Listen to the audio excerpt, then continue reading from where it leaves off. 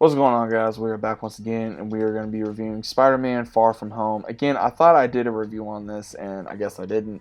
Now, the entirety of this film is very circled around, of course, Aunt May now knowing that Peter's Spider-Man, and then obviously after Tony Stark's death, and after Avengers, and then trying to deal with that, and at the same time, he is trying to become the new Tony Stark, even though he knows he cannot.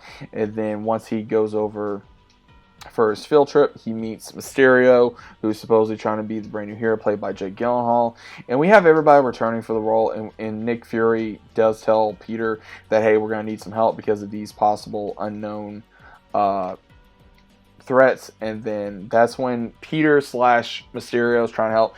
And it's just weird because, again, Peter, being just very naive, very ignorant, that he just automatically shows Mysterio who he is, and then Mysterio and Peter gather this so-called friendship, but then later on we figure out that Mysterio is the one behind all these attacks / does frame Peter at the very end of the movie, and then Peter having to accept not only one that Tony is dead, and at the same time trying to continue on without him. So this was kind of like a big move, because again, it just feels like in each movie that Tom Holland's Spider-Man goes from relying on Tony Stark, in the second one relying on Mysterio, then relying on in the third one from Tobey and Andrew. So again, if they ever do get a fourth one, I would really like to see Tom Holland's Spider-Man really rely on his own feet rather than on another character or another person. Because again, I've been saying this for a lot of years, that the reason why I'm not a big fan of the Tom Holland Spider-Man is because, again, I'm not the biggest fan of Tom Holland.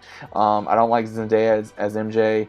I just don't like the characters in general, and I think that they need to really improve on this version of Spider-Man so he can grow as a character and just grow into his own, rather than relying so much on other characters that are leading him rather than him trying to be a leader. And again, they may be trying to go a certain way, which I understand, but that's just how I personally feel about it. Now again, the movie itself, the visual graphics and everything of that nature is decent, but at the same time could be 10 times better than what it originally is.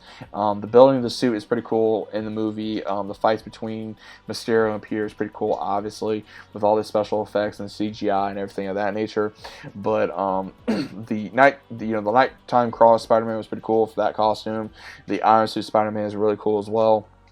Same thing with him building the new suit. So overall, like I said, there is very cool things in this film, but it could be a lot better on certain other things as well, especially him revealing to not only his best friend, but also MJ of who he is, a Spider-Man, and then finding off Mysterio, and especially how the movie ends. So again, there's a lot of different things that goes into this film about what's good, what's bad about it. Again, I don't think is that good of a film. To me, honestly, this film is a one and done for me. I don't think it is a film that I would continually go back and watch several times over because of what issues I have with this film. Again, out of all the trilogy of the Tom Holland Spider-Mans that I enjoy, it is No Way Home is probably my favorite, obviously because we get to see Tobey Maguire's Spider-Man return, we get to see Andrew Garfield's Spider-Man return, we get to see all these other villains return. So that's the reason why I like that movie so much. But overall, like I said, there are things about this film that I don't mind, but overall, this movie is just really a one and done for me. Just overall. But overall, guys, again, just the casting, again, I'm not sure what Marvel's been doing with casting lately. There's certain parts of the casting where I'm just sitting here and I'm like, what were you thinking? What were you doing? Like, why would you cast this person as this character? Again, it's just got nothing to do with that they care about these characters.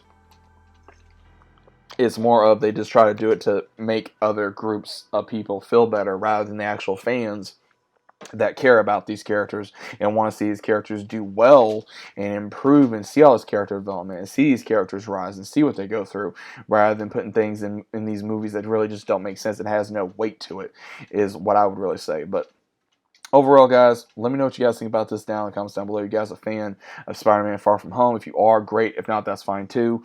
Honestly, like I said, the best thing about this film is honestly the Spider-Man suits and things of that nature. But either way, guys, let me know your thoughts about it down in the comments down below. And I'll see you guys as always on the very next one.